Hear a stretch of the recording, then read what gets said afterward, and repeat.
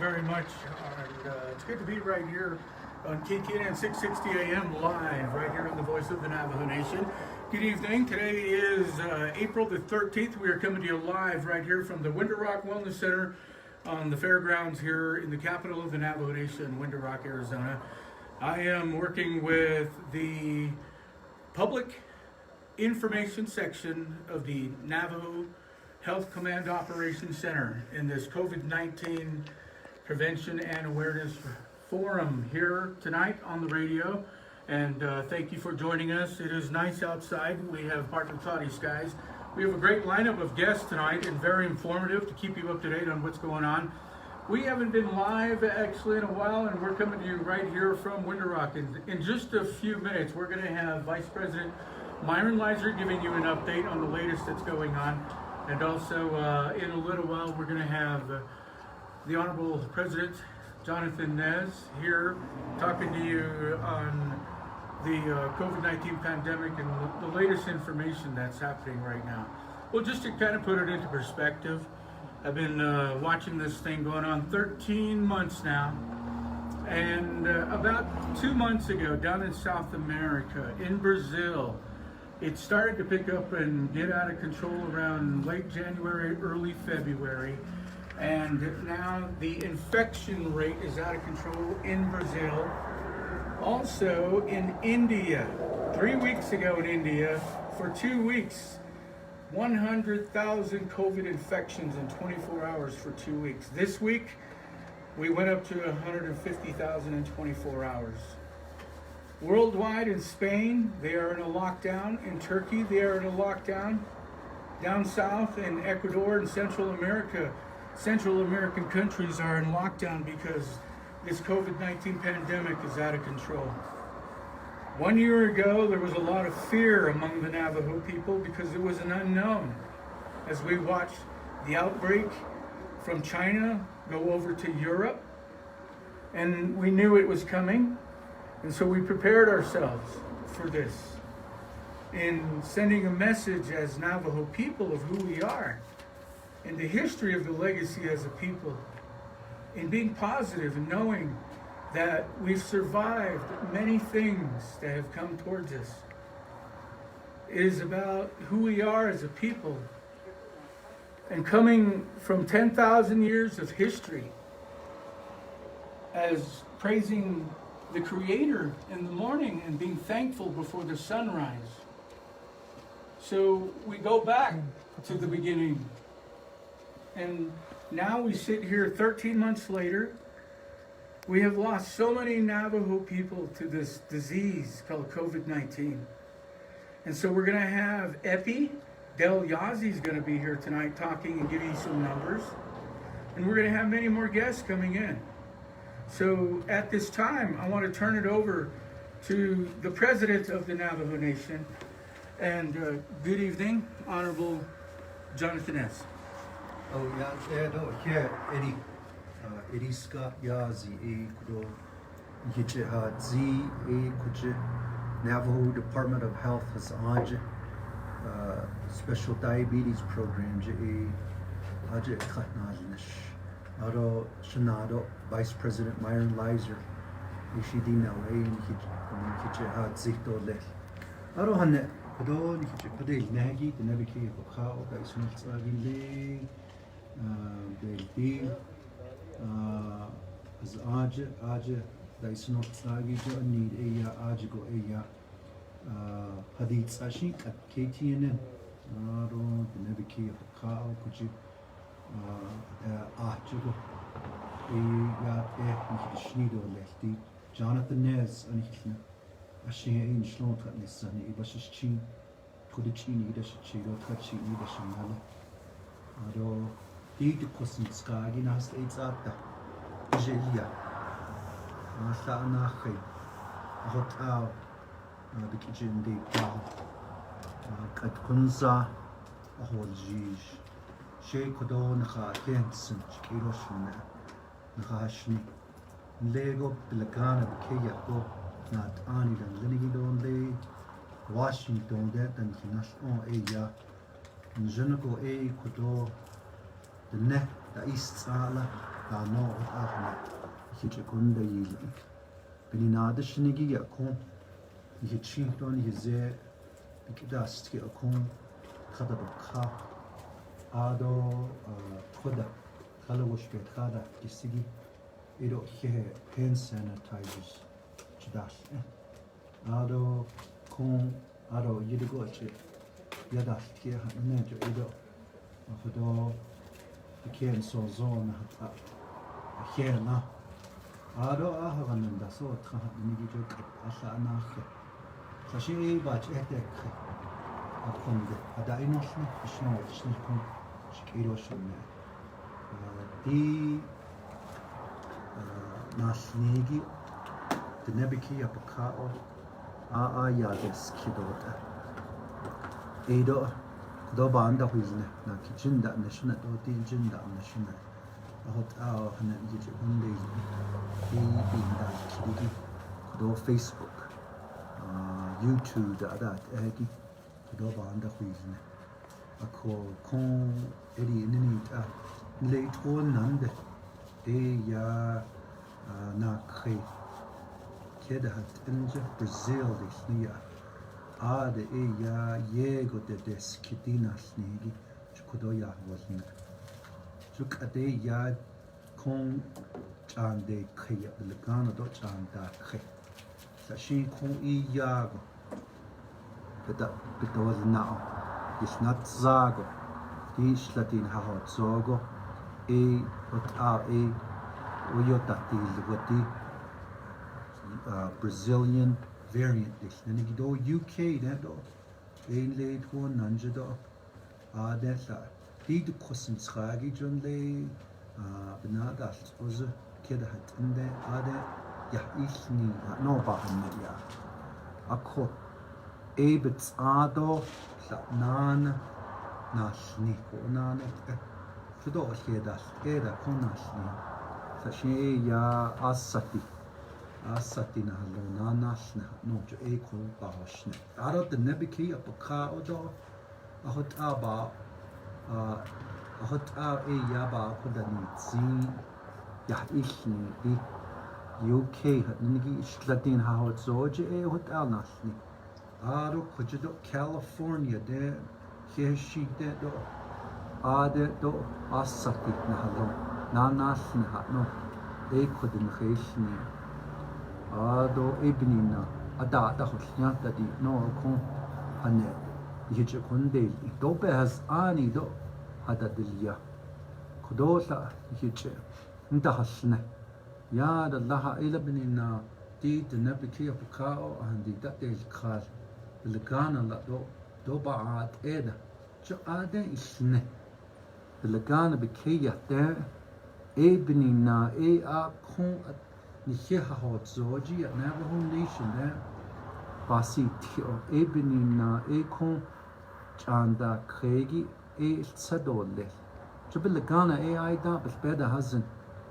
The nebiki apka odo the ne yego beda dolna od dosa ni hitsa ni di nich na od de shido batsu dil zin ko edam linigi ado konsa bitsis which in the has ti anti ayat and asli de which is in the has ti oda shido batsu dil zin ani sko ni chedo ni hin das to oda the nebiki apka ebnina kudo hanne hiji hunde ado bana hanne ado hata inosne di no hosa de yel kiroshne nkha hi tsno ebnina kudo hot abe has ani hadaliya ni beshma has ando hot a ndaha aba binnache kon behas ani binnache kon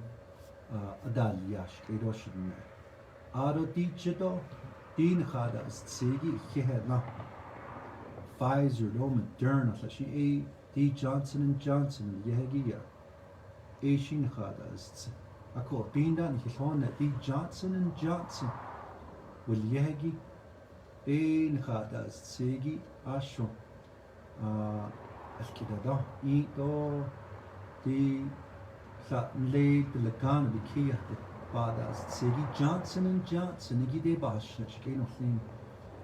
E oyo that hik any that Bilagana than Linigige. E that it's Nahastio Ahot Abahon Akonde Di Kodod Nebikia Pakao Ya Di the Milia Janet or Ekon Hadas Ako Di Nebikia Pakao Adokta Di it's Isigi Ado the dead Tita the Di Tita Ebinina Ya Hashit Al here Hit Easter Oyo Hashit Ego Nihizel in the budget the Hashna Ashman. A cop, the Pfizer, do Moderna, Jana Kibun Hadas, Sigi do Manashtin, the Aji Asati, Dobana Hat Ida, Ayadat, no. Ebinina, the Kun ze Johnson and Johnson, Gia, Asag Hadas, Sijo Asade, Kudo Zegi Bahami, Sajigi Yana Kid, Bada, Seya, Moderna do Pfizer. Ayadat at no and then he jonalia Koti Johnson and Johnson Gideya. So Ebinina Ekon Adada Snido Adado in the Nebiki the Lagana Bikia Shladin Howard Hot Abba Honne. So Ishi or Show Inigi Shidoya Ado Sashi Ado it's Daztita Ayan Egi Iya Johnny do Bahit. Of course, I Bilagana, Hashit Abits Ish Dynasty. Bahon, Bima, so Aeon thousand dollars, Kiroshin. Aro benched Egi, Yadiko, Jodi Pfizer, do Moderna, on the con Yikeni in Zegi, Andy the Halon. Kon Anita Nik in die Kostenfragen hast jetzt dann le UK variant Giga it does not no Bahon Nas Seligo Kon Yitche Hot it does not no Akonde Yichinia die Kostenfrage Beninagi ya na Kidaba Otse La Conta ne Shesha or sit shade or she could do nothing. Nigi do what ed. Dinas Nigi and the Honas Nigi, the Hadas Sinde. Judy the Cousins Raginas aids at the but the does not have a conde far or sigo Ashon Skilo, beaches of Gathi, Ayad Edge Lotly, Johat Abahon. California berry, Ebony Nakdo, Adadina, Moderna do Pfizer, Gi Ashmona, Seto, Hadaka, AD, the kitchen Anish, COVID-19, because it's United States at that national. So, on his thousand dollars, Rolana needs in Donut Annie, Timothy, a condemnation Hasla, Hiroshima. Of course, Zehano. Ado Kondo and then hit one day. You know, I just want to briefly just say before I turn the time over to Vice President Leiser is that we have 3 vaccines available here on the Navajo Nation. We got the Pfizer 2 shots, Moderna 2 shots, the Johnson & Johnson 1 shot. Today we received word from the federal government, CDC.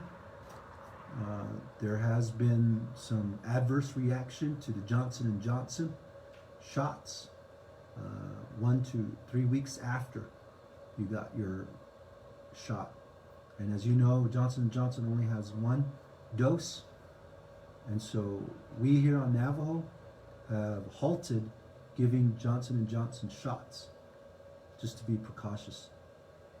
Over the United States, there has been some people, all women, who have had some adverse reaction from Johnson & Johnson, but nothing here on the Navajo Nation. Over 4,000 doses were given, and the healthcare facilities, the doctors, the healthcare professionals are following up. As of today, we haven't heard any negative reaction to the Johnson & Johnson here on the Navajo Nation, which is good news. But to stay the course and to stay safe, we have stopped giving Johnson & Johnson here on the Navajo Nation. But Pfizer and Moderna are still available, 2 shots. And in Navajo, I did say that we are encouraging the Pfizer and the Moderna to be taken. And what we've heard from the professionals is that these vaccines do push back on the virus. As you know, we have identified the UK variant here on the Navajo Nation, the western part. A elderly individual caught the UK virus, and this elderly individual did recover. And what we found out is that individual had both doses given, 2 shots, and many of the healthcare professionals have stated that it was because of those 2 doses that this elderly individual didn't have any severe complications from the UK variant. We also have identified the California variant in the Central Agency, and we also have just recently been told that within the Gallup Indian Medical Center, the California variant was detected as well. In all these cases, the Epi team, the contact tracers, have isolated the incident and have done investigations to keep from the massive spread. Today, we have 2 cases, no deaths, and I truly believe it's because of these protocols that have been put in place to keep our people safe. As you know, we didn't reopen the Navajo Nation to our visitors, and we just want our visitors to be patient and understand that we have gotten hit hard here on the Navajo Nation, and at some point we will reopen. But our priority here is in the health and well-being of our Navajo people.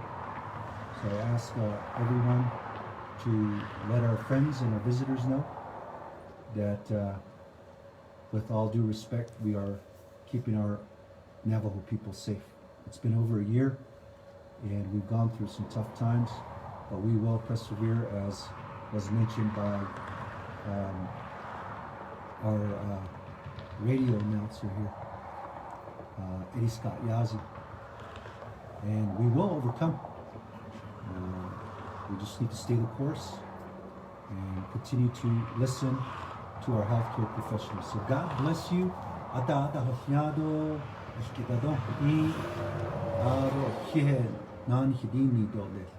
Do daisumot agido di zel in the ken so zo. Ata nache eben na chibi chibi. Here na bod yin hita alone. I'll give the time back over to Eddie to introduce our Vice President, Eddie Scott Yazzie. Thank you, Jonathan. If you could just sit there for a while. You know, we do these forums, and a lot of the times credit isn't given where it is due. And Mr. President, you know, working this Navajo Health Command Operations Center in the public information section going on 13 months, I think it's 14 months for me now. We've seen a lot in the last 13 months, and with the limited resources that we had in the beginning, and then supplying and delivering a lot of PPEs to our people and healthcare workers, to encouraging all the frontline workers throughout this pandemic. I just want to say personally to you, Mr. President, thank you for everything that you have done.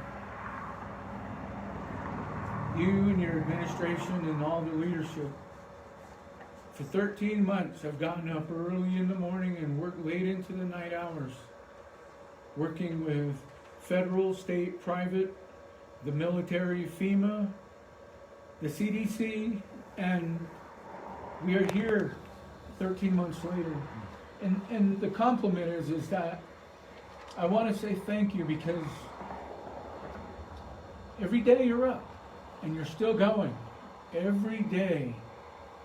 And it should be an example to our people and others listening out there that you have to keep moving, you have to eat healthy. But thank you, Jonathan, to you and the hard work that you do, and your staff and your family for allowing you to be with us. It's a lot to deal with. Going out in the public, visiting people on the front lines, and then going home every day. We've dealt with this firsthand. So I just want to say that to you, first of all. Yeah. Well, thank you, Eddie, and Eddie and the NDOH team, and Dell just walked in, Vice President's here. We all play an intricate part of the success of keeping these numbers down here on the Navajo Nation. And I just want to also say to you, Eddie, and the Vice President, and everyone that's been involved, the frontline workers, those warriors, huh? We call them warriors, that have been on the front line since day one. We thank you and the Navajo people for acknowledging and listening. I know it's some tough protocols at times. We don't want to be told by government to what to do, but overall I think it is for the greater good for all of our people. So I also too thank you, Eddie. You've been getting the message out, and people are listening, and everyone at the Navajo Department of Health. So Eddie, thank you. Yes. We are at a critical point after 13 months, and we all know where we've come from the many people that we've lost at the beginning of the year through January and February, watching the numbers go down and the death rate go down.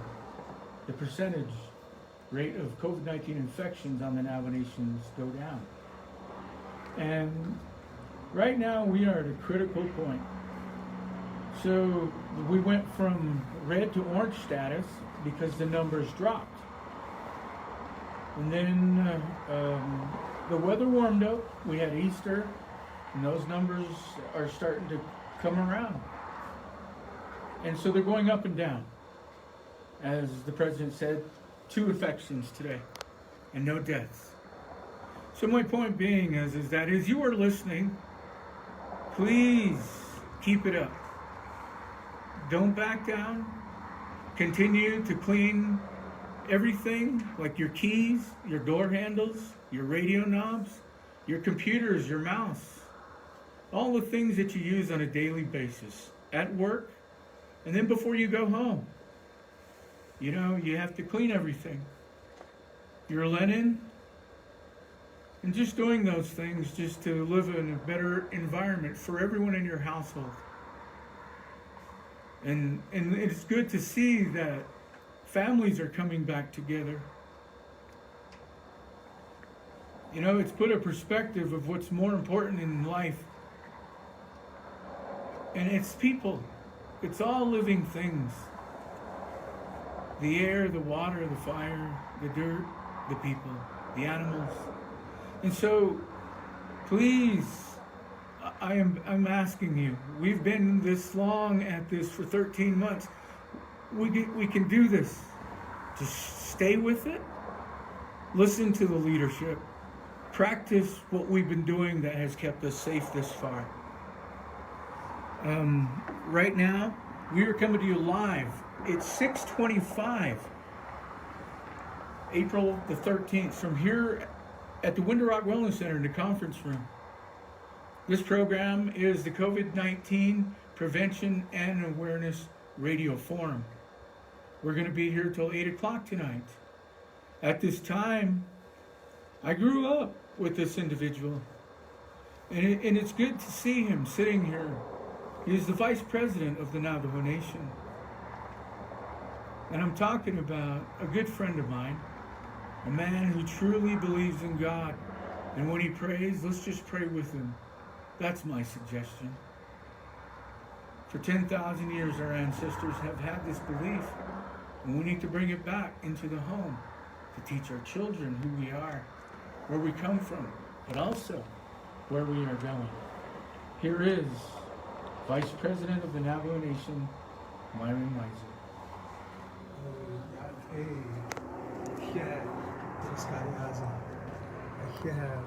Radio listeners, Vice President Weiser here, Comanche Neshle, Tolhana, Basis Chia, the Comanche Deshache, Asha Deshanel. It's good to be with you all here on this COVID-19 Prevention and Awareness Radio Forum. It's been a while, Eddie, President. I appreciate his leadership as well, directing these and leading. And of course, as the Vice President, it's been great to be able to support and to back up our President, our leader of the Navajo Nation, but also, bringing maybe a different message, not only in support, but also maybe to corroborate in a different context. And certainly the faith-based aspect is one where I think many of our listeners have found themselves praying to an almighty creator God who at this time we just seek his protection and his healing from COVID-19, this virus that has wreaked havoc on our nation and all over the globe. It has impacted every facet of life. I think more so, it's impacted those nations that are that have less economic development and they have less ability, I guess, to protect and thwart this virus. When I say that, it has less resources available to them, and so it certainly played and wreaked havoc on our nation. But we do want you all to know that our nation's leadership is working hard, feverishly, along with our cabinet, our EPI team, our HCOC, our Health Command Operating Center, and the safety team of the Office of Environmental Health, and many others, and not to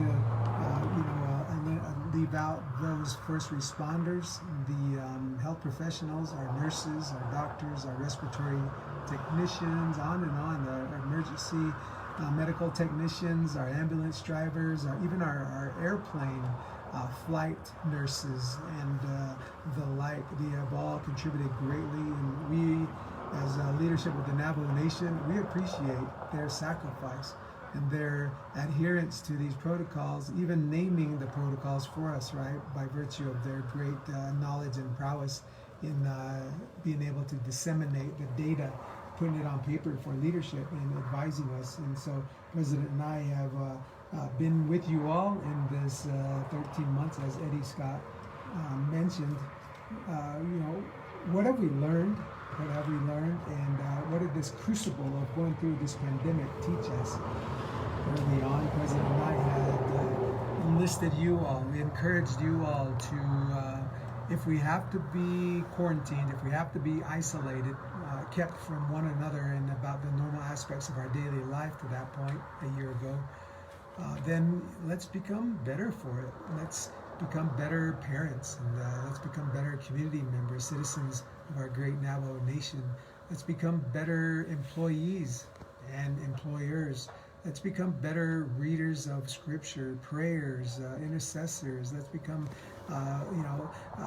a people that really cares about others. And we model the life of the health professionals because they were created for times like this. Their gift of helps, their gift of providing care and showing concern for their fellow man, their brothers and sisters, has been greatly appreciated. And if I could implore all of you all out in Radio Land, thank you for joining us once again, just to keep our health professionals in prayer and to mimic those.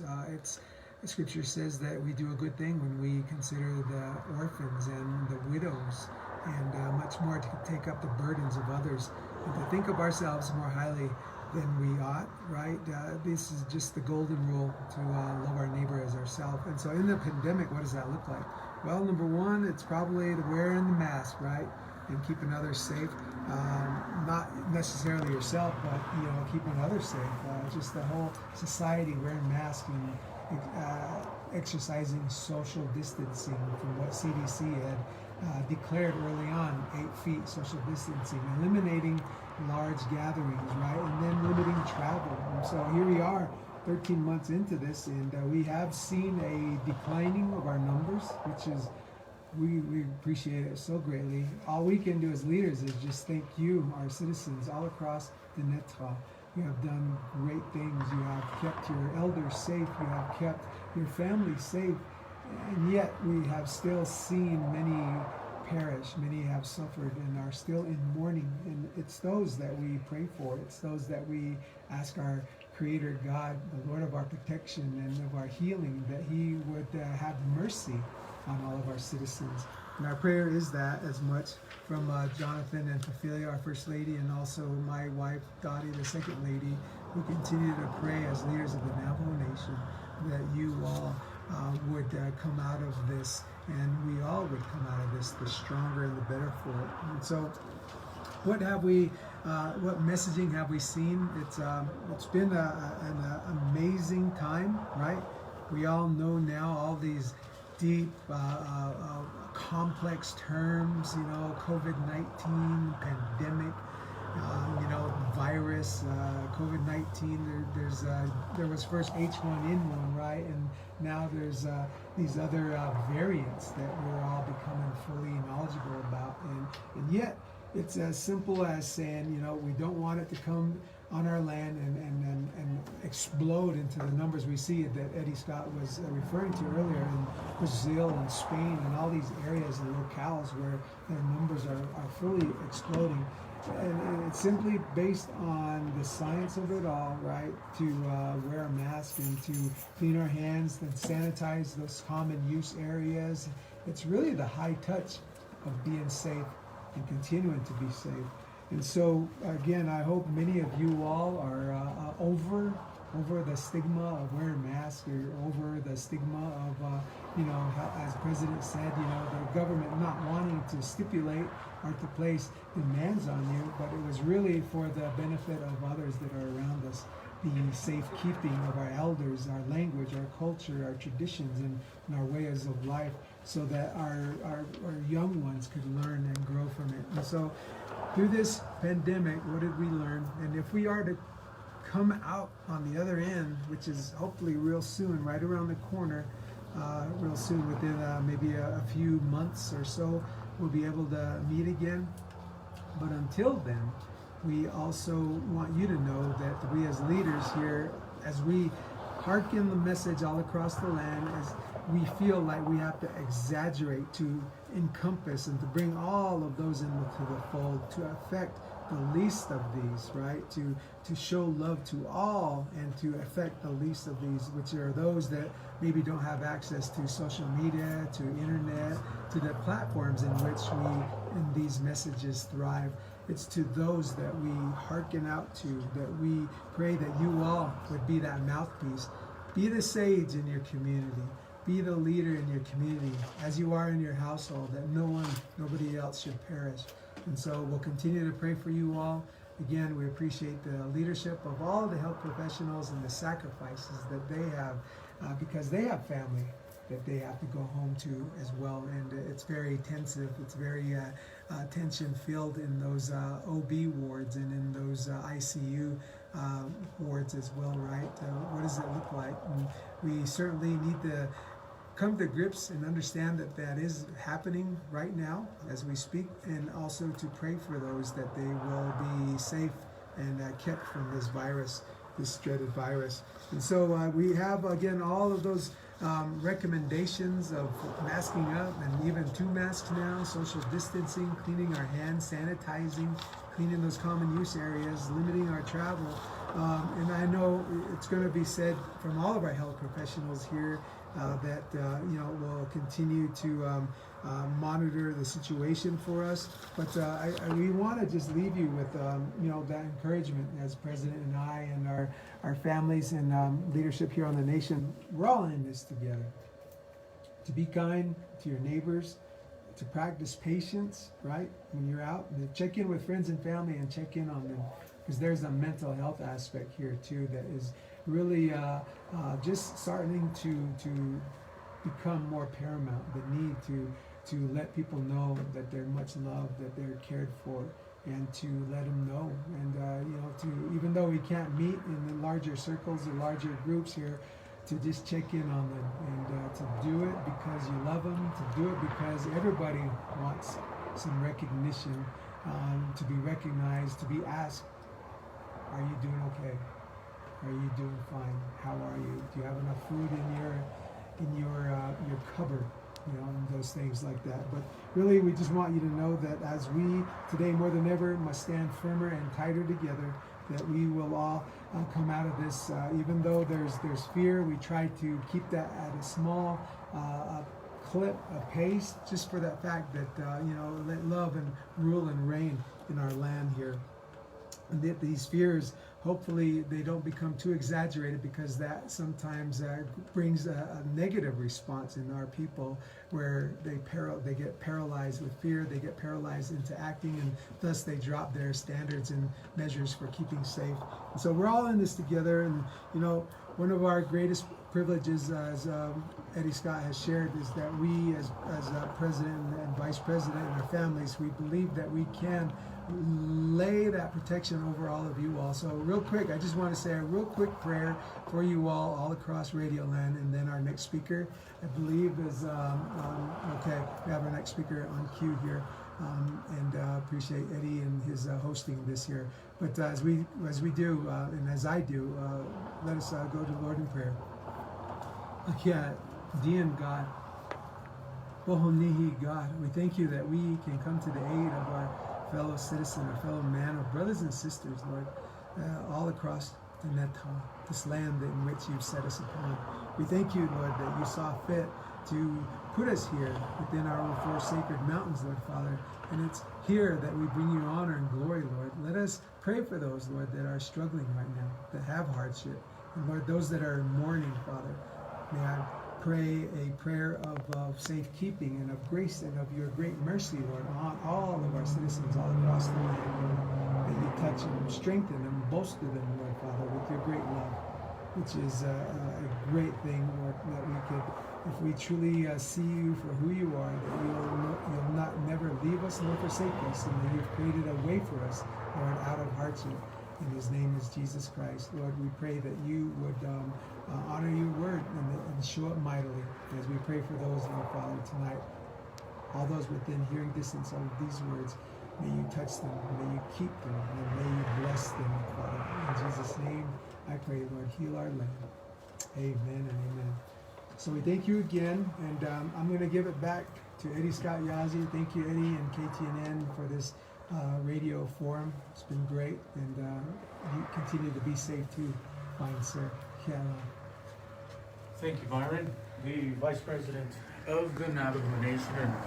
And, praying the coronavirus, COVID-19, infection rate worldwide right now, 136.9 million is the total number of people infected with COVID-19. 136.9 million. In the last 24 hours, 622,523 worldwide of COVID-19 in the last 24 hours. I was talking about India. In the last 24 hours in India, it is out of control. 2 weeks ago, for 2 weeks, it was at 100,000 COVID-19 infections for 2 weeks. It now has jumped up in 24 hours in India to 143,343 people in 24 hours. Out of control in South America and Brazil. In 24 hours, 72,030 people infected with COVID-19 in Brazil. Here in the United States, 69,553. This pandemic is not over. 1 year ago, the Navajo Nation was at the top of the list with the infection rate per capita, 100,000. worldwide. Tonight, we are near the bottom because of social distancing, wearing your mask, cleaning, washing your hands with soap and water for 20 seconds, taking care of one another, helping one another. And there's a lot of people who are in the background working this. From the housekeepers at the hospital who have to clean the emergency rooms, the operating rooms, and all the ICU rooms that have had patients in there who were infected with COVID-19. There are Navajo people who've been incubated, put on all of these ventilators to help them breathe, pushing air into their lungs to open up their lungs. And everybody needs oxygen to breathe. So get out and walk around, breathe the fresh air, live life, and be grateful for what you have today. This live radio program here this evening on KTNN, the Voice of the Navajo Nation, is brought to you by the Navajo Department of Health. This is the Navajo Health Command Operations Center COVID-19 Prevention and Awareness Program. With all these numbers that we're talking about, now I want to introduce Mr. Delyazi. He will talk to you in Navajo and in English about what he does and what the Navajo Nation Department of Health and everybody over there in his group, along with other organizations from the outside, and everyone working together to bring you a better perspective with data from when it started to now. But I would just want to say that because there are many people working on this. So everybody out there, let's all come together tonight, because you got to remember one thing. I want you to think about this part. A lot of people have been vaccinated. Me, myself, I have not been. I'll tell you why. Because the children have not been vaccinated. I think about the children. Now, this is about our future as a people. The children, some schools are opening back up. They've been in virtual learning. We have children that have never been in a classroom before.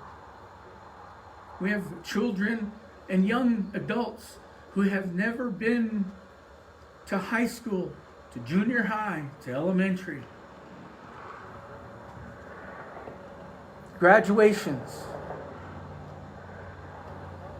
ceremonies, coming of age. This is who we are as a people. We are close. We have brought these numbers down. So now I'm going to introduce Mr. Delyazi from Epi in the Navajo Department of Health. Good evening, Del. Good evening, Eddie.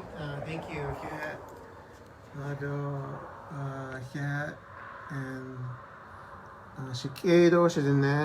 Good evening. Thank you, Shanat Ani, President Nez, and Vice President Lizer. Good to see you both, and thanks for your leadership. We greatly appreciate it. So, my name is Del. I Kitlachini Dashama. Aro Tachini Dashaja. Hashkanzoi Dashachedo, my Deshkijne Dashanale. Aron Lake Apiji Nastla. Holieden Ade Nasha Cove, Arizona. Belkanak Eche Holiako. Aregisina Sharo Koje Tispa Yado Bekedesti Ajet Kanashnish Navajo Department of Health do Aronashni Naltra because Ajet Navajo Epidemiology Center Ajet do Kanashnisho COVID di Nagda Kusinsa Nast AIDS at the Pedini Bendil Nisho Kishi Nache do Belachik at the Conquistco, Jessico, Adia Nashni Nalka Aje, Beta Inishigi to the data Bedi Ninigi Joe Bikao Sato the Dahat Agi Joe Aro be'eda hozinigi jo e ajo atcha ndel nisho. Twanza anki khol jishtukwishi ohni yuye epidemiology ajan hitim o tchandel. Yun le ade Department of Health do Aikshestent do 638 hospitals ade do Johns Hopkins da aro coat ade I see CDC da ade I see alkane jaho honza anki khol jisho. Koroshi also the data, the numbers, the bahashnet dole. I'll start with the total numbers, cumulative COVID numbers. The very first case we learned about was on March 17th, 2020. St. Patrick's Day. I remember that day. Ben Kilkon now. Aro COVID-19 del Kahodo data again dahitla. It's been over a year ago. Jo aro hoste hodeshijdo. We went through our first wave. Jo Danil enle last March donle.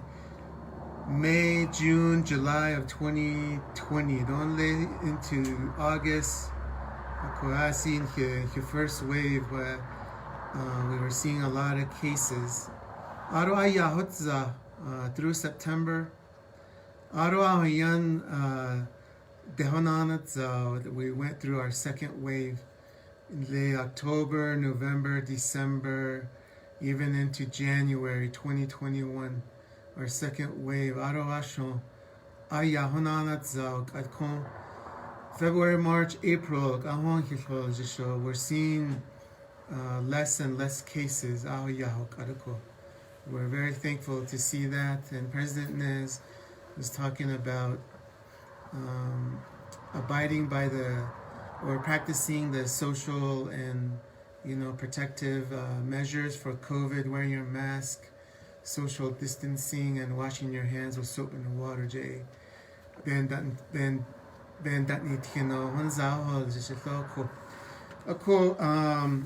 Throughout that whole time, there are 13 months. So a total COVID cases is 30,269. COVID-19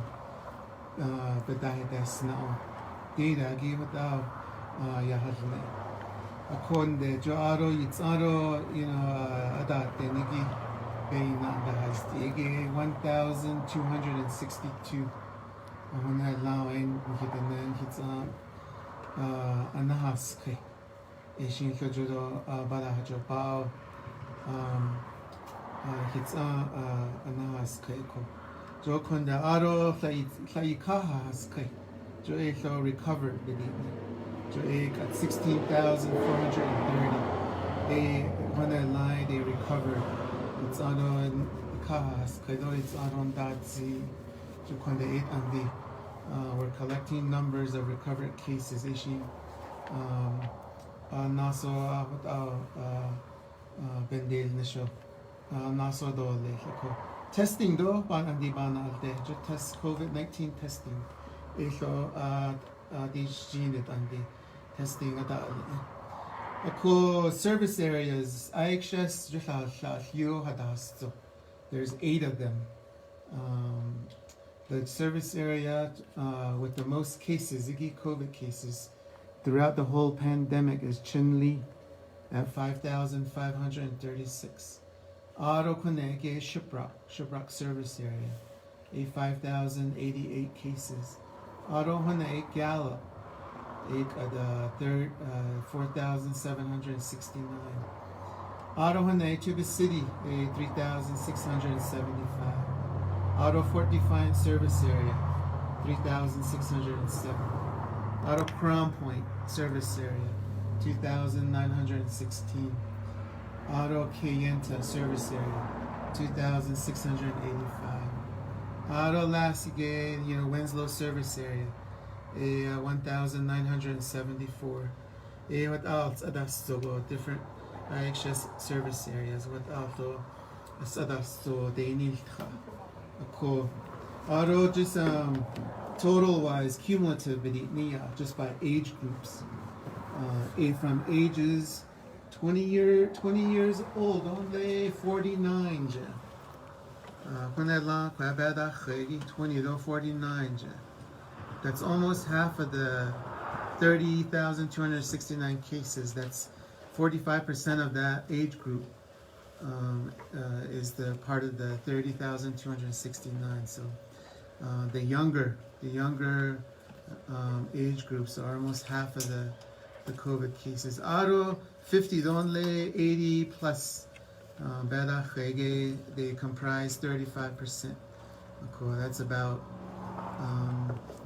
90% of the cases right there in those age groups. Aro death 60 and above they comprise 66%. Okay, it's aro that they're a little older. Data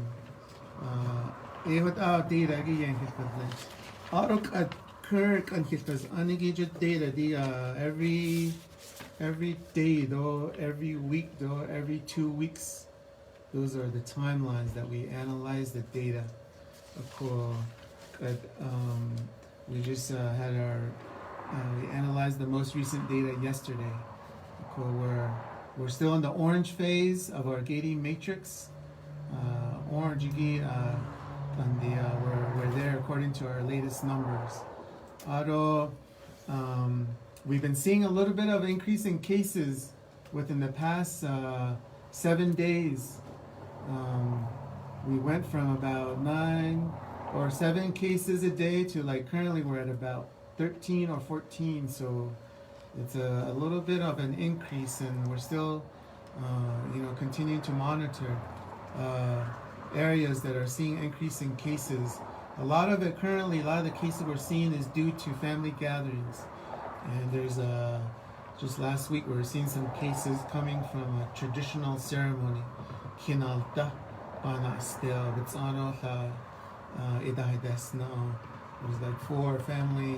3 or 4 families with clusters of COVID cases within those 3 or 4 families, and that's part of the increase in cases, and it's due to family gatherings. Limit your gatherings. It's one of the main drivers still to stay, because people are congregating and doing a lot of activities where they're congregating. So just some of the red flags, just this increase in cases, variants, where we have 2 variants of concern. We identified 2 cases. One is the UK, the New England variant, and the other one is the California. So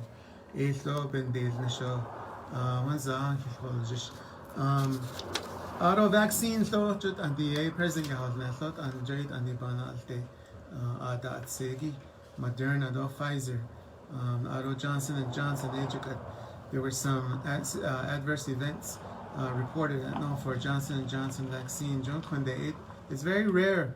There's only a few people that had those adverse reactions to the Johnson & Johnson vaccine, according to CDC. Please continue to try to get vaccinated with the Moderna and Pfizer until Johnson & Johnson gets continuing again. So also the data Eddie also bahoshnat dole the happen data naso also Eddie. Oh, Del Yazi from Navajo Nation Epi. She Eddie's got Yazi and she Shamaye Nakaganan. Shizay Kiani. And she had the Grazie de shna shed and then shna. The never care on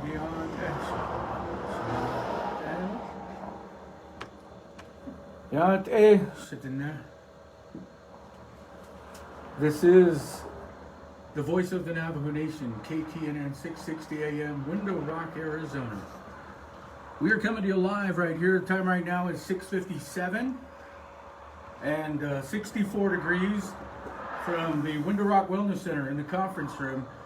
Tonight's program is brought to you by the Navajo Department of Health. This is the Navajo Health Command Operations Center COVID-19 Prevention and Awareness Radio Forum. We're going to be live here until 8 o'clock this evening. And earlier, if you just joined us, we had Navajo Nation President Jonathan Nez. We also had Navajo Nation Vice President Myron Weiser. And just finishing up Del Yazzie with Epi. As we go into the second hour, we are coming to you live. And the Navajo Nation was basically shut down for most of 2020. Recently opened back up. I'm going to tell you a story about two countries. One in Central America and another one over in Northern Africa, kind of the Middle East. Turkey. They were in a war in Syria before this pandemic started, and their economy started to crash. And then the pandemic hit and brought them down even more. 4 weeks ago, they were in a place where they were opening up economically. And in 2 weeks, 64% of their population got infected with COVID-19. You're talking millions of people. So then 2 weeks passed by and they've been in a lockdown. Spain is in a lockdown. Ecuador. Also Peru. Many countries in South America. We have women and children coming to the border of Mexico and the United States, and they're fleeing from this COVID-19 disease that is rampant and out of control in South America. We pray for our people and all Native people of the Americas. And so thank you for joining us here this evening. Tonight, we're doing something a little different. And, you know, we have a lot of frontline workers that deal with this pandemic and have been working this pandemic since day one. And we're talking about individuals who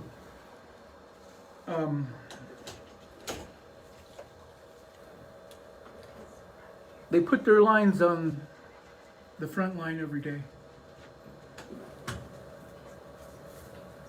And so I invited from the Navajo Nation Emergency Medical Services. I have two EMTs sitting right here, and I will let them introduce themselves. But one of the things you're going to hear, we're going to give them as much time as they need to talk to you. I'm not trying to scare you. What I want you to do is listen. By the time this presentation is done from Navajo Nation Emergency Medical Services, you will have learned and picked up some knowledge, and it's not to scare you. This is so that you will feel safer, because these individuals, they deal with this every day.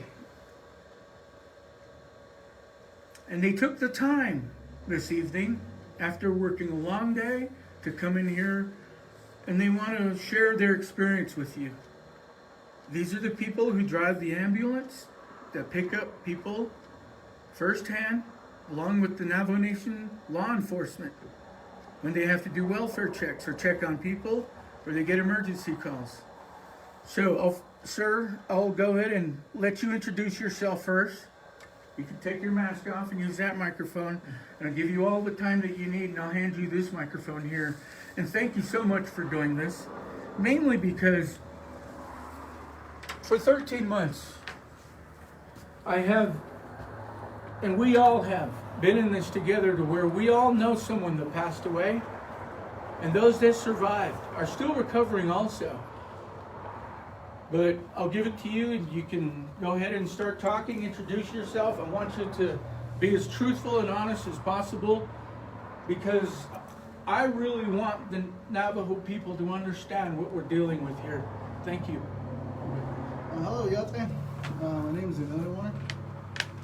My clients are Tohana, Klechini, and Kizashana. I live in Lookout, Arizona. I currently work with Navajo Nation, Fort Defiance over here, with Navajo Nation EMS. But those of you on Facebook, I'm assuming you're on Facebook, right? Yeah. Hello.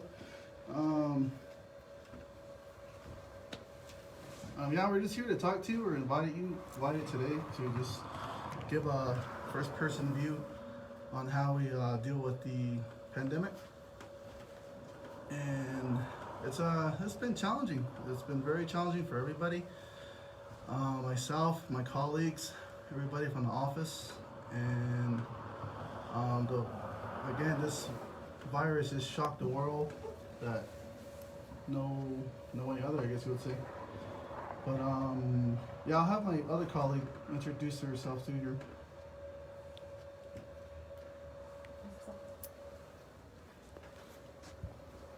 Yate, Shea, Katrina Valencia. Twitch eating Michelin, Google Bushes Chin, 20 something that she chair, Chichibuchi. Lay, is those a date, Nasha. Are they cash English and the Bushes are audit, Chicago. Oko could a Teha told it all, could a Nashish, in teach. Tana Faya dog could a dishish. The hood don't need the don't song. I didn't expect this to happen at one point in time. But like I said, my name is Katrina Boleyn. Currently I live in Crown Point. My family's from there. Currently work as an EMT here in Fort Defiance, Winter Rock area. Yeah, I've been EMT for 3 years. And like my colleague said, it's been a challenge. Though, you know, like we were startled by it. At the time, I was a paramedic student in Flagstaff. I pretty much just, everything was put on hold for us, and it's been a rough ride since March.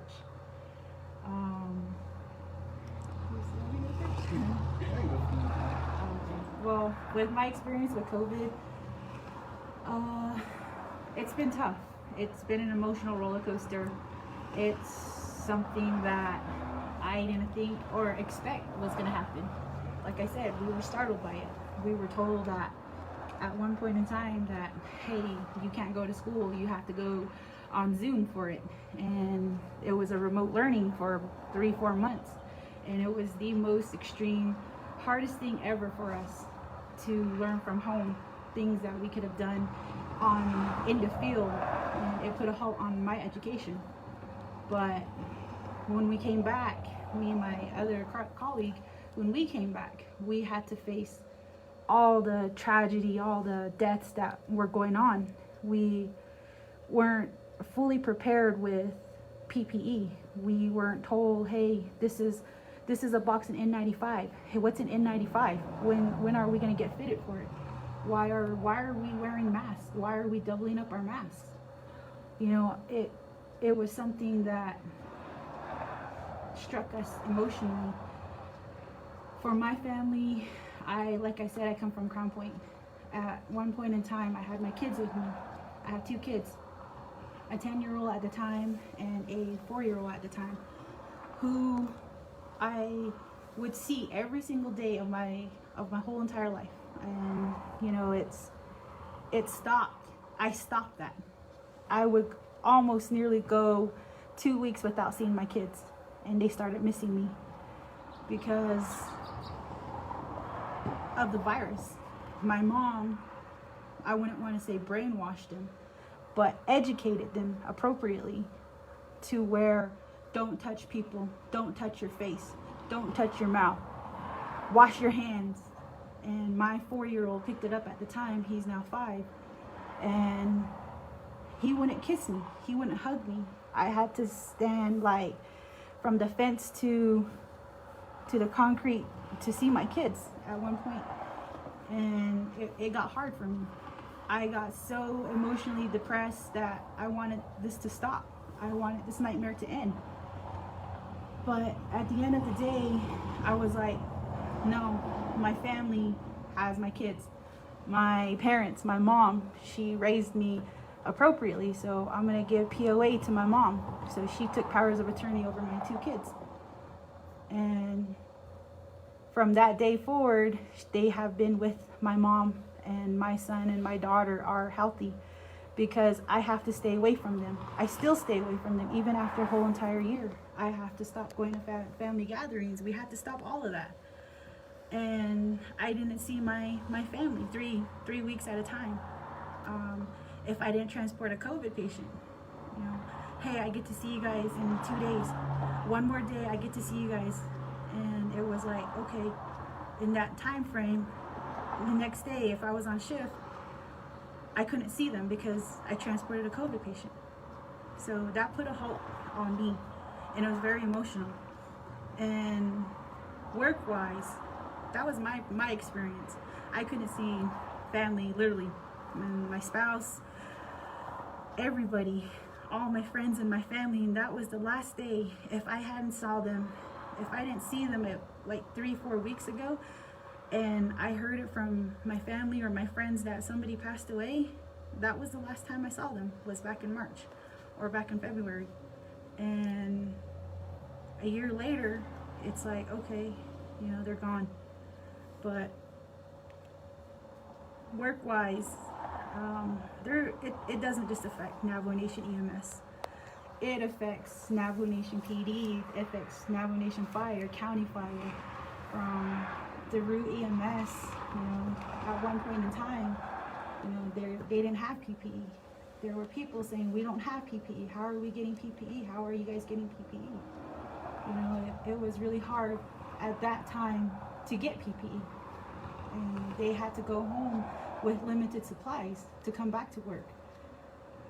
But Navajo Nation, you know, somehow started pulling strings and started giving us masks, and they started working all their, I don't know what they did, who they talked to, you know. They were getting stuff for us, and I feel very appreciative about it, because if it wasn't for them, I wouldn't be sitting here. And I'm really appreciative about that. But going on a call to a COVID patient, we don't know.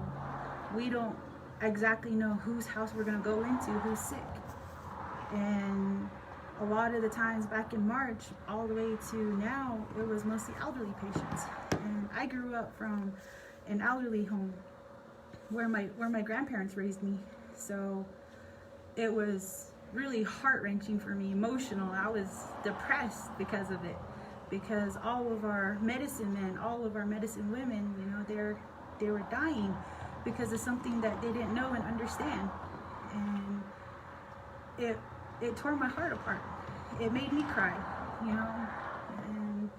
And you have family members out there that were very well known, recognized, and they were bull riders, they were firefighters, they were police officers, they were EMTs, they were people that we associated with. They were all gone because of this. So it was making me sad. It still makes me sad.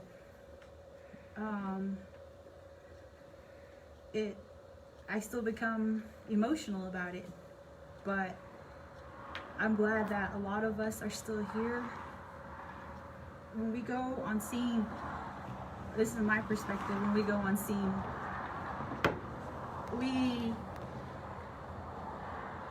we got hit hard in March and April when we started seeing people getting sick. I worked in the hospital field, in the ER as well, in Flagstaff. I went into ICUs and I saw a lot. as a paramedic student.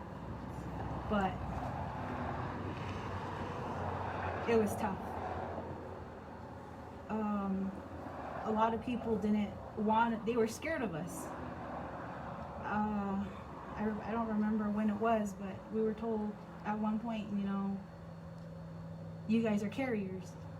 I mean, what are we supposed to do with that, you know? But we were 110% healthy, and we drank our orange juice, we had all our proteins, our vitamins, and we had to make sure we were ready for what we were going to go into. And what we went into was shoe booties. We had to cover our shoes. We had to put on these minion looking suits. They were either white, yellow, whatever color they gave us, blue. And we used to look like hazmat people. And we used to have N95 masks covering our face. And we had to put another one on again. And then we had to put another one on again. And then we had to put glasses on again. And then we had to cover our head again. And once we went into a house, there's all these people in there, or kids. They were living in groups of houses and groups of family members, and everybody in that whole entire house would be sick. And we would go in there with our gurney, just whatever we had. Everything had to be disposable. To this day, it's still disposable stuff. But we still go through that. We still have to go through it. And when we make contact with our patients, they're breathing on us. They're not wearing a mask. They're literally in our face. At one point, they're spitting at us, or there's blood. We're doing CPR. We're doing all the things that we were trained to do to save a person or assist a person, you know. At one point in time, that's how bad it was, and it's still that way. If people were intoxicated and they're breathing heavily on us and they have the virus, we have to take off everything appropriately. We have protocols set in place for us. How do you take off? How we had to take off our masks? How we had to take off our suits? Did we wash our face appropriately? Did we wash our hands right? Did we sanitize right? Did we wash the whole entire unit right? Did we miss a spot? Are you sure? We have to talk to our partner. Are you sure you're not sick? Are you sick? If you're sick, don't be here. It got to that point where we didn't trust each other. It got to the point where I was like, okay, well, let's go clean this unit. Let's go GI this unit again. And let's go take out everything. It got to that point where, and it should be like that across the board, you know, everything should be clean and sanitized, but, you know, basically how busy we get, we still have to do it. We still have to clean. We still have to wait 2-3 minutes just for the water to soak in, and we have to wait to clean off the whole entire gurney again, because we have to clean through the crevices, we have to block off things, we have to wipe down everything. At the end of the day, if we did everything right, our face had red spots all over, like from the mask, it was rashed up, or we had the bridge of our nose bruises from the N95s, or our lungs were irritated from the N95s with the little particles that were inside of it. And we had to yell at our patient, you know, hey, are you sick? Are you positive? You know, just to make sure and verify. But even then, just taking their word for it, we still had to don up. We had to dress up. Because it was my life over theirs. And I have 2 kids, and that's how I had to think about it. So it was tough. It still is. So I said I'm a paramedic student. I was a paramedic student. I went down to Flagstaff. I was a student out there for a whole entire year. And in the ER, when it first came out, there were people sick in that ER. They were really, really coughing, trying to breathe, trying to fight for their lives. And they didn't know at the time what it was. And I got really, really lucky to not have gotten that sick then. And When we went upstairs, there were vents hanging out of Flagstaff, the windows. There were vents, there were respirators, and there were people on vents. That was the most scariest thing. That was the last thing I would see. Are they gonna make it? What's gonna happen? Are they happily hypoxic? Why are they not breathing on their own? What is this virus doing to them on the inside? You know, that's what went through my mind every single day, every time I went back to school. It was really, really tough. At one point in time, I almost quit because of it. I almost gave up a whole entire year of education because of COVID. And I still feel like that because we're losing people. We're still losing people, even though our numbers are down, even though we're getting vaccinated, even though there's new treatments and stuff. We're still losing people to COVID. And we're still losing people to a lot of things, and it's higher than ever. But you know, at the end of the day, you know, we're still fighting the good fight. And I know everybody's like, well, we're still using masks, we're still sanitizing, and we don't know how long it's gonna be. But I don't know. I want it to stop. I want this nightmare to end. But the more we go family gatherings, the more we don't social distance, we don't wear our masks, the more we don't sanitize, the more we just forget this ever happened, it's gonna get bad again. Listen to these healthcare providers, listen to whoever, you know. I grew up from a traditional sense, and I grew up from my grandparents, and I miss their words, and I'm pretty sure that's how people miss their family members. You look at the graveyards, the cemeteries, it's filling up quick. You know, it's getting bad. It got bad. It's still going to get worse because there's a variant that's coming again. We don't know what's going to happen. You know, all by the time our grandparents, our loved ones, who's going to say, wait, who's going to say that to you when you lose that family member? Who's going to provide for you? You know, that's where we're at right now. I love my mom, I love my dad, I love my family, my brothers and my sisters, and my kids. And I have to go home to them, fully making sure that I'm okay. And we're still out there, we're still helping people, regardless of not getting paid enough, or, you know, this is our norm, this is what we signed up for, we took that oath to help people. We're gonna go guns blazing into a house, and we're gonna help resuscitate a person. And it's just like I said, it's just not Navajo Nation EMS, it is the Rue EMS. What's up? And you know, it is Farmington, San Juan County, it's everybody across the board, Navajo Nation, all the way to the 50 states.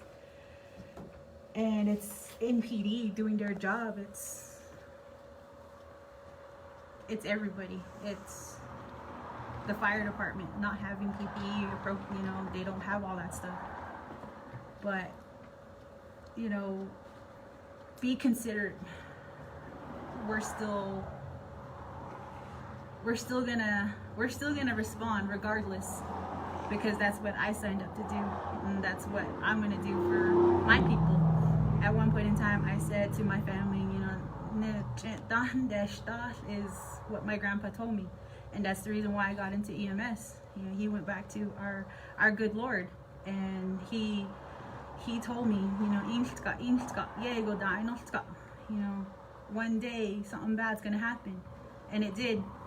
And what are we gonna do now? So my word of advice, I think I took up a lot of time, but that's just my perspective. But I'm still gonna respond regardless. If you're sick, if you're dying and you wanna talk to me, I will respond. I will jump on my unit and I will come to your location and respond, because that's what I took the oath for. And all my coworkers, all my partners, You know, that's what we signed up for. This is something that we hold dear to our life. So yeah, and thank you guys for listening to me. I hope I didn't make anybody cry. I kind of tend to blabber on sometimes, but this is very, very heart-wrenching for me to express to you all the things that we've experienced. I think my coworker is going to pick up on a lot of the stuff that I missed, you know. So I can't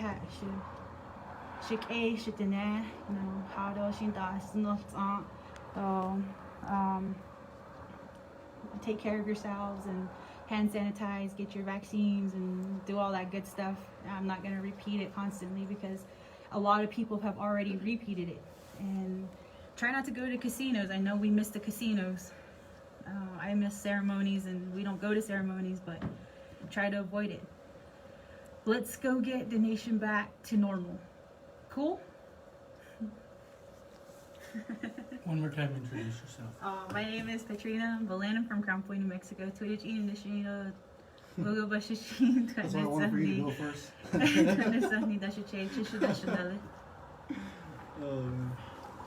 Thank you so much. You know, it's not about time. Thank you for all that you said. Mainly because the people need to hear this.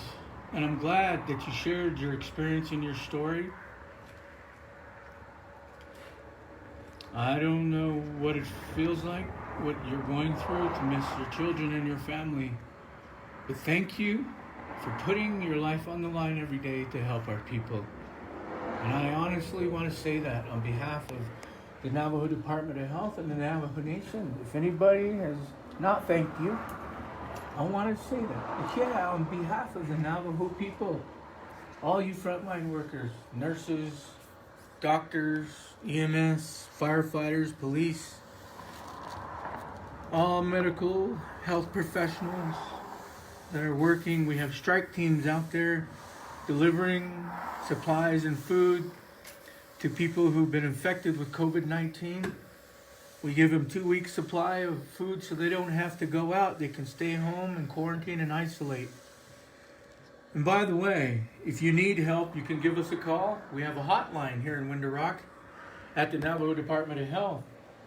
It is open from 8 a.m. to 5 p.m. at 928-871-7014. Again, that's 871-7014.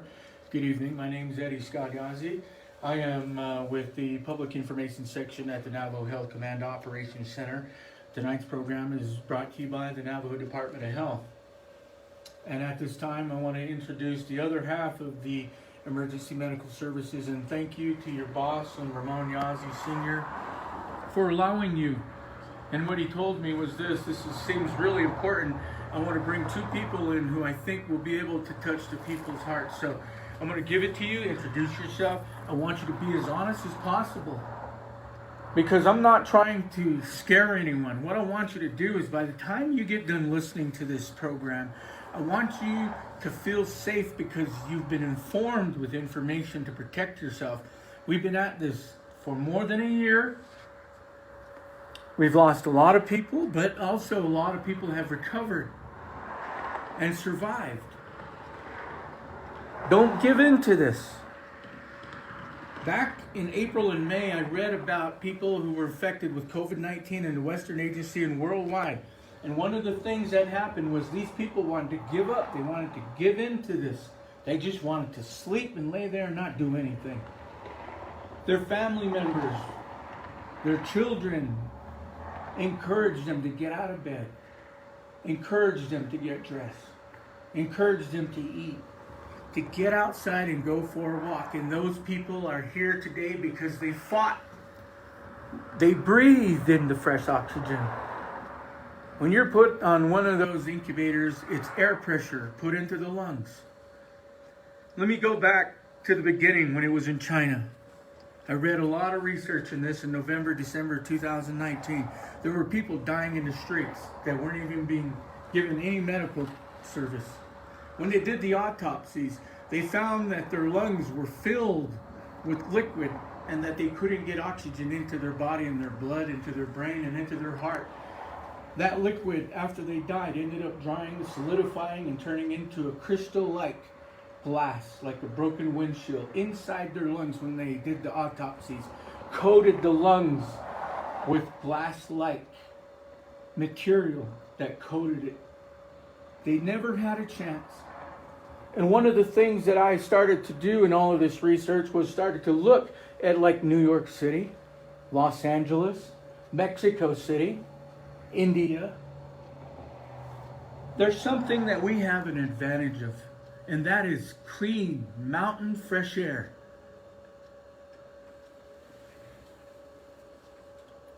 So at this time, I want to give a different perspective from emergency medical services, from the time they decided to wake up, drive to work, start the ambulance, don their gear, go out on the calls, and share now some of these experiences. And the reason I'm doing this is because I want you to understand and listen to these words that they have to tell you. We've tried everything for 13 months and brought in all kinds of people to try to convince you to stay home, to wear your mask, to wash, to social distance. But here tonight, I'll let you introduce yourself, and thank you so much for coming, sir. Hello. Again, my name is Emilio Warner. I'm from Blue Gap, Arizona. My clients are Tohana, Toichini, Twincoja, and Tlazosana. I originate from, again, the Blue Gap again. I started as a EMT basic back in, I think, 2015, and worked my way up to becoming an EMT intermediate. Just meaning just basic with more tools to work with. But anyways, we'll just go ahead and fast forward to or rewind back to January of 2020, where everyone was living a normal life, sunny day, not a care in the world, just day to day. And I think it was January of 21st, that's when I think Washington or California announced that the first COVID case was there. Then it moved on to Washington. And then somehow New York got involved, New York, and then Chicago, and then so on and so forth, the big cities. And knowing everyone on the reservation, I've always been hearing, I still remember this to this day, back when, I think it was in February. They'll never come here. Lynn's it's way over there. It's not gonna come this way. It's not gonna hurt us. And we were wrong. We were all wrong. March 17th, I believe, was in Chichimbito. First case of COVID-19. That's when everything got serious. The Department of Emergency Medical Service started making plans and coming together, working really quickly how to contain this and slow it down. But I know that Kianta wasn't scared. Kianta district, from Chinle, Blue Gap, Black Mesa, Kianta, Tuba, all those districts on that side, all those areas. And we're over here in Fort Defiance thinking, okay, it's here, now how do we prepare for it? That was the biggest issue, was prepare. I still remember to that day sitting in that meeting that we did not have enough masks to go around for people. I know between January and March, before I even hit the reservation, that the idea was there. Because I'm not going to say any names just out of respect for the patients that I have taken care of. But we did pick up this one individual. I still remember him, this day, young guy. He's probably like, well, he was 26. We picked him up and he was sick. He had fever, cough, he could barely breathe. He could barely walk. And I had no PPO of the sort on.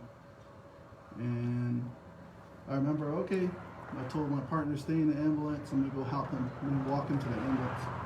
So I walked into the ambulance. It was a snow, cold, dark day. I still remember this. This kid was saying, please help me, I can't breathe.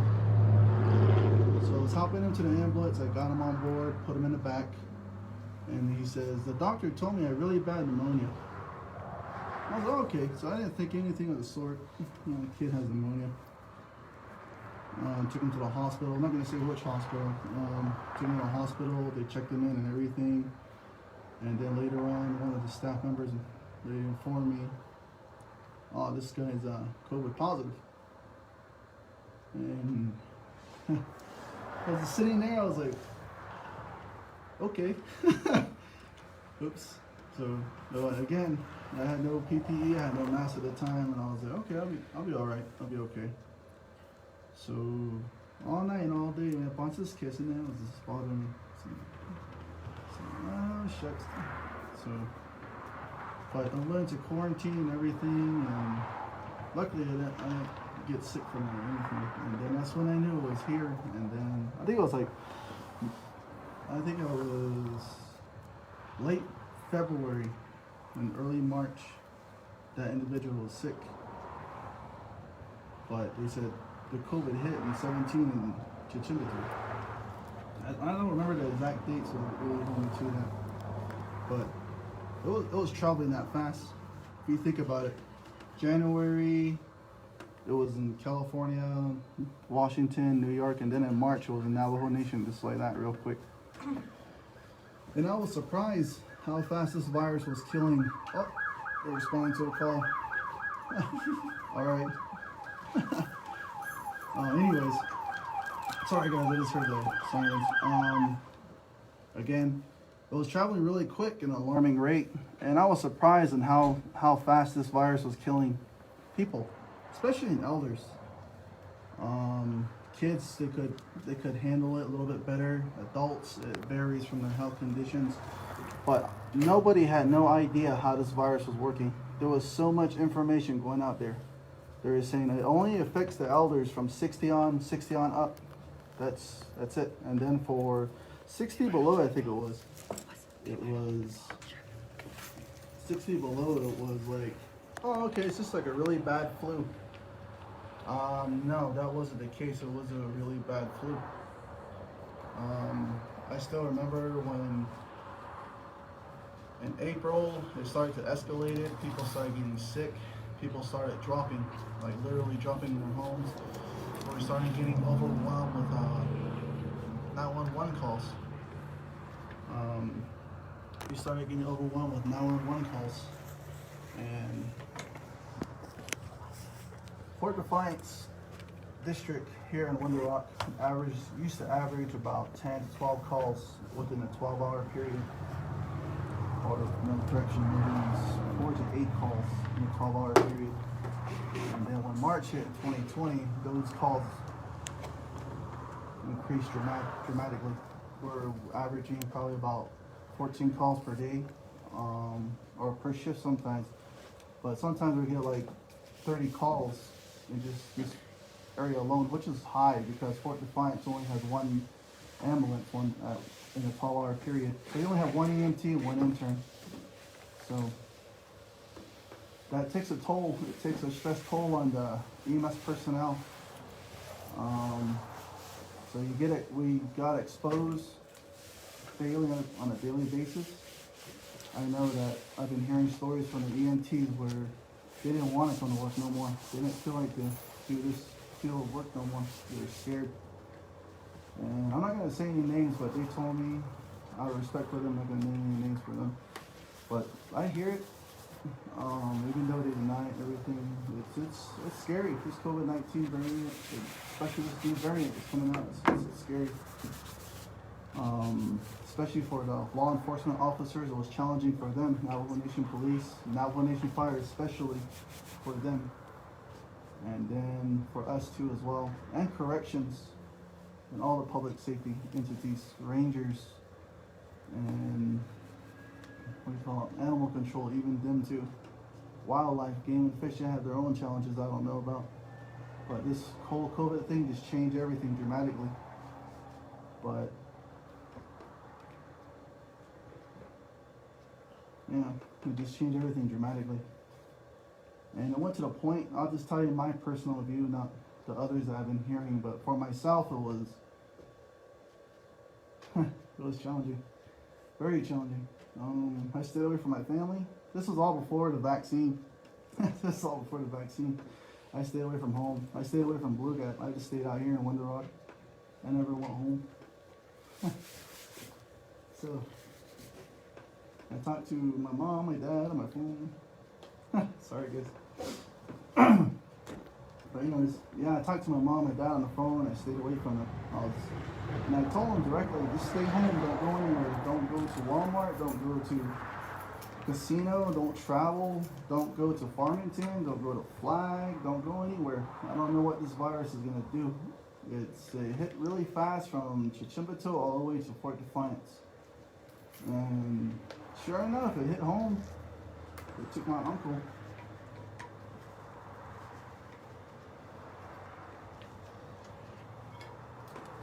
Yeah. So again, but all the other public safety, it's just untold stories. That's just a brief story. I don't really want to get into it. But it's just not myself. It's the PD officers. It's the EMTs. It's the firefighters. Again, it's all of them.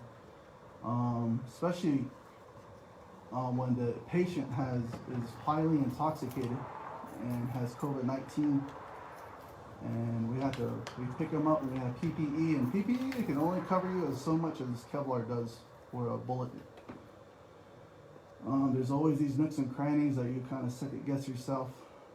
There's times where me and my colleagues got spit on, people will tear a mask away, and they'll just breathe onto our face heavily, and they'll just say, "Oh, I have COVID, now you do too." And then that wasn't funny. That is not funny at all to do, because that takes one EMT out of service for 14 days, and it gives them unease. And then especially when EMTs are getting sick, they go home and they have to quarantine, they have to stay away from their family, and everyone had to adjust this in their own way. Like myself, when I go home, I used to put all my uniforms in a bag and then change in another little portal, kind of like a stand I made. Just change before I go inside and wash my clothes, take a shower, and then I'll do this day in, day out, wash my hair, brush my teeth, clip my fingernails very small, and I'll wear face mask, face shield, and all that stuff again all over. But I used to stay away from a lot of people, and isolation kind of caused like loneliness. It's it sucked. It sucked. Yeah, but again, when we started seeing those cases started to increase, it was no joke. We started seeing elders die. We started walking into people's homes. We'll announce ourselves. Navajo Nation, Fort Defiance EMS, is call for an ambulance. So say, yeah, come on inside. And we'll go inside these people's homes. And then there will be like 6 to 8 people in there. And then they'll all be surrounding grandma and grandpa. And grandma and grandpa passed. Took on the next journey into their chapter and everything. And they said grandpa had COVID. And then that whole family had COVID. And it kind of was sad to see so many elders pass and so many young individuals pass due to their health conditions. And then yeah, it was pretty sad. But here at Fort Defiance, we stepped up to the challenge. We started running overtimes. We started running 18-hour shifts, 12-hour shifts, 18-hour shifts, sometimes 24s, just back-to-back calls and keep answering the call. But to that, we started getting burned out. And so this short answer is like, COVID's no joke. It's not a game, it's not funny, it's not cute or anything like that. It's real. And I urge all the Navajo Nation displays comply with law enforcement, Navajo Nation EMS, and fire personnel. Don't reach for their masks and don't cough on them or anything. It's not fun getting sick. Even though there's vaccinations, that only minimizes it. People who got COVID think they can't get it again, which is not true. You can still get it again. It'll hit you twice as hard. And this new variant, I don't know anything very much about the new variant, mainly that there's a British and a California variant now, apparently, and an African variant. But I'm just encouraging all Navajo Nation just to minimize their traveling. Stay home, stay more than 6 feet apart, maybe 8 feet apart, because we don't really know how much this information is coming true. Wear your mask, continue to use hand sanitizers, soap and water, and take care of your elders, because sometimes people forget about the elders, and we see it. But all in all, this virus is making everything harder. People are starting to resort to drugs. People are starting to resort to alcoholism. We're experiencing that, where people are getting intoxicated and they're fighting with one another. And then someone brings a gun to the incident and they take a loved one's life. That's kind of hard to see. The family being broken just because of all this. Because people are getting bored. They want to travel and they want to go out there. And I understand that, but there's things to do around your home. Plant corn, herd sheep, herd cattle. There's a lot of things how to keep busy. And it's just sad to see how all our traditions has been paralyzed and just stopped from this COVID-19. So if you're gonna have like kinata and all those traditional ceremonies, please get vaccinated first and just keep it within your family day, yeah? Just your mother, your father, your sister, your brother. But I can't just say like, oh, you guys can't do that and stuff like that. Everyone has their own free will, I guess you would say. But again, I think that's all I have to say right now. So, thank you. Thank you so much. If you could introduce yourself again one more time. My name is Emilio Warner. I'm from Lookup, Arizona. My clans are Tohana, Twitchitni, Twitikoja, and Twizafana. And that's, yeah. Thank you so much. Well, we've had a first-hand experience in listening to the Navajo Nation Emergency Medical Services and the EMTs and how they deal with this.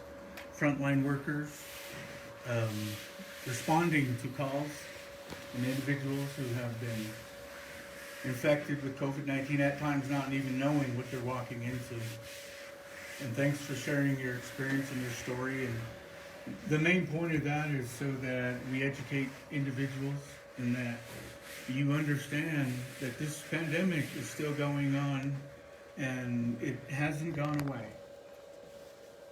This program is brought to you by the Navajo Department of Health. This is the Navajo Nation's Health Command Operations Center COVID-19 Prevention and Awareness Radio Forum. Tonight live here on KTNN, the voice of the Navajo Nation. We are coming to you live here. It is now 7:45 and it's actually a little cool outside right now. And we're looking at 61 degrees under fair skies.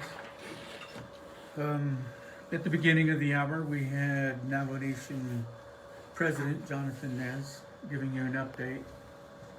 And then Vice President Myron Leiser. And we had Del Yazzie from Navajo Nation Epi giving you the latest numbers.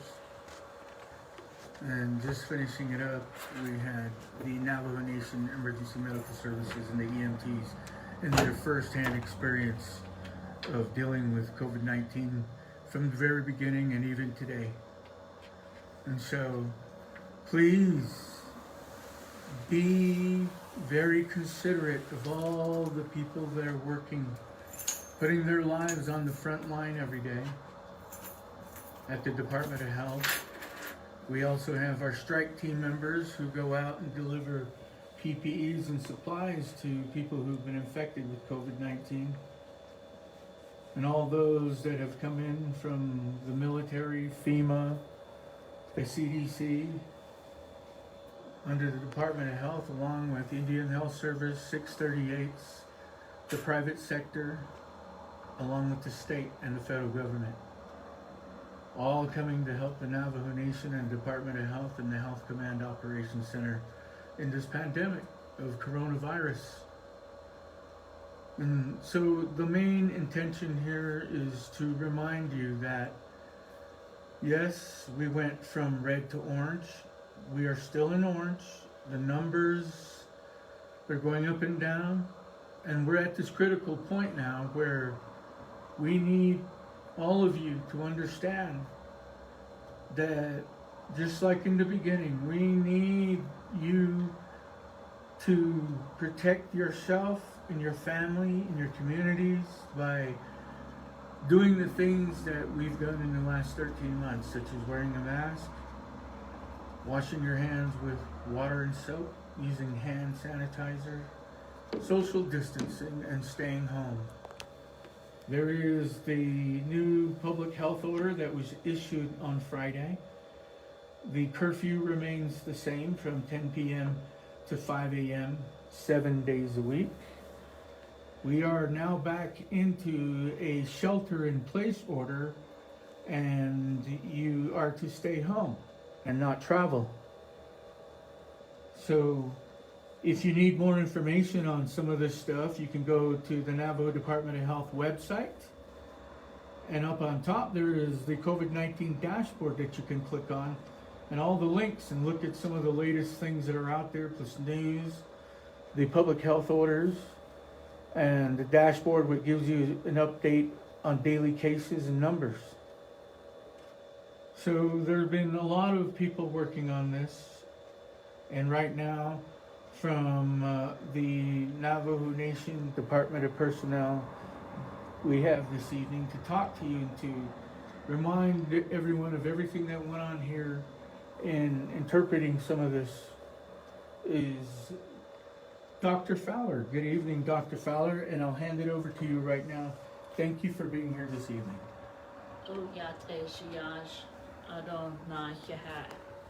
Shady could only dish edgy, my dish gazing, slot for the treaty bashin. Kapa edashe, Ado asche edashanale. Causes a whole year, Ade is Chishike. Cause say, quite if you had Ade Hanada see your gizzy dog, at is not sunny. If you had Hidini dole, Ado Hashi no slant could not darkest.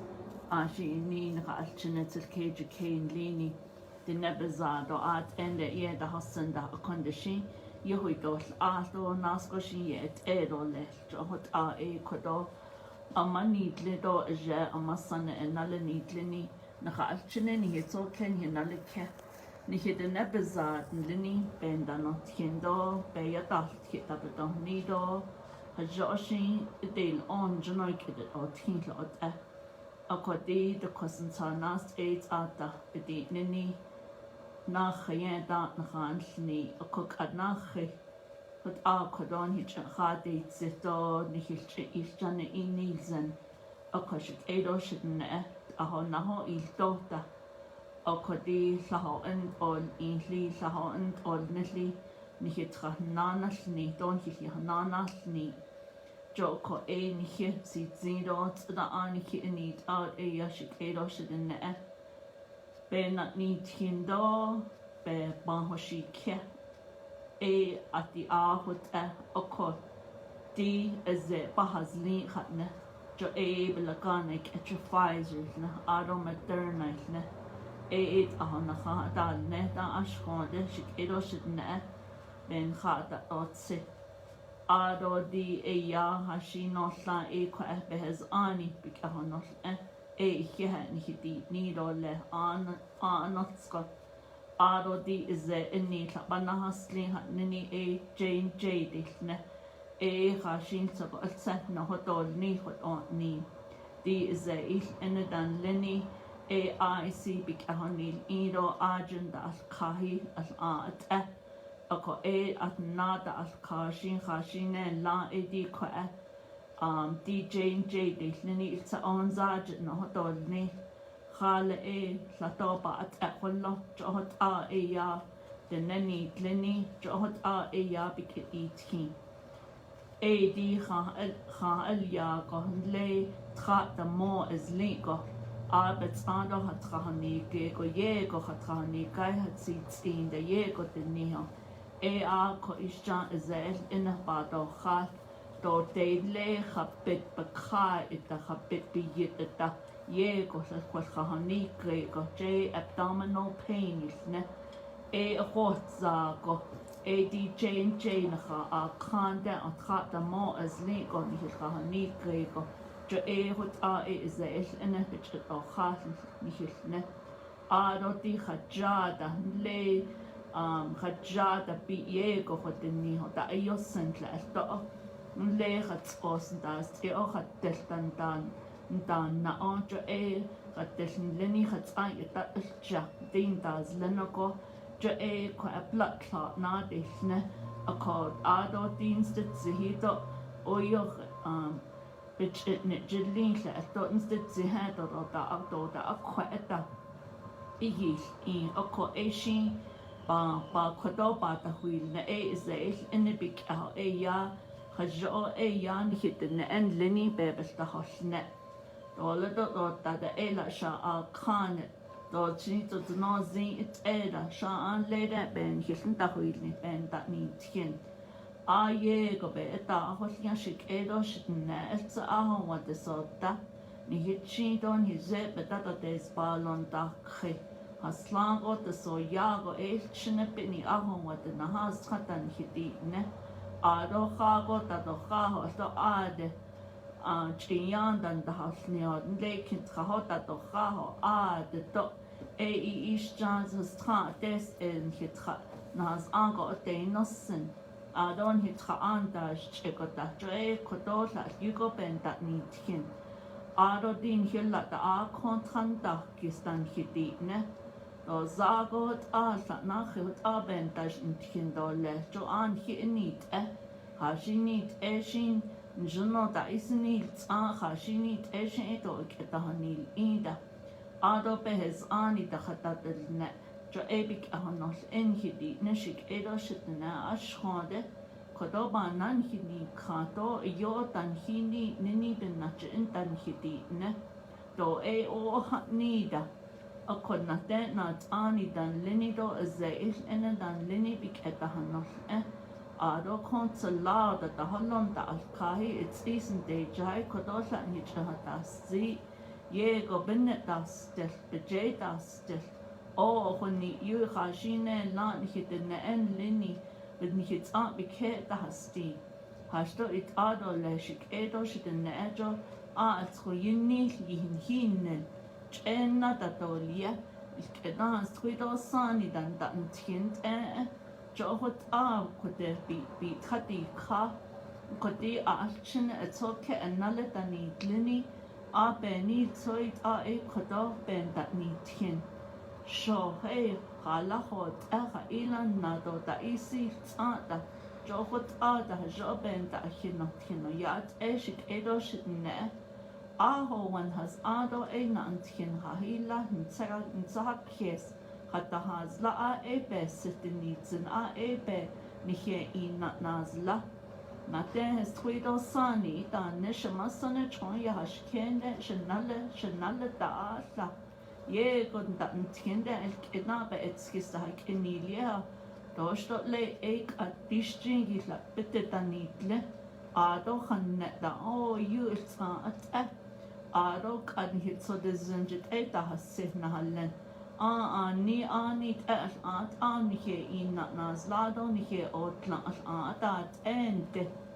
jo hasto it ado le hajobe hi dil sorto hajobe so na dil zindo al hajo al khansi kesole na hat anna antkin yenigi hajo il ado at tole ot kodon hi chahanana si ole kwa or chindi klishit no aben so it kodon hi chahanasti shit shitne akon hizari ki ye ka ba ko don hizar lini eteshni do den na ani o jo konde jo ya bikede ti do nasko ni hina de ye khato le kon ya en da skli da keshi ben da anishta da gest da anta wishish o yugo na nishko ashik edo shitne o ko ta holiado and his lini his belche ki yo ta hino nishik edo shitne yat eho ein nadi kahwin zin a ko once ago ein hit sabe hanana si o le titara hot zande hana zi ito ihe shi yado kodo 18 in Shanata Sudo Anido, once of a shame Hanana sit or Lena Yahawa. Yeah, Dr. Fowler, thank you so much for coming in this evening. And my name is Eddie Scadiazzi. I work at the Health Command Operations Center in the Public Information section in this COVID-19 pandemic called coronavirus. Now, thank you for listening this evening. If you would like more information, please look up the Navajo Department of Health website. And when you go to NDOH, you will see on the top the COVID-19 banner. Click on that and you will see all the links that you need for more information regarding COVID-19. There is a data section there, a link where you click on that and you'll see the latest numbers of infections and everything of recoveries. So I would just like to say on behalf of the Navajo Department of Health and the Navajo Health Command Operations Center, thank you for listening this evening. Prevent COVID-19. Keep your guard up and don't back down. My name is Eddie Scadiazzi. Prevent COVID-19, everyone. Be careful and be safe. And God bless you.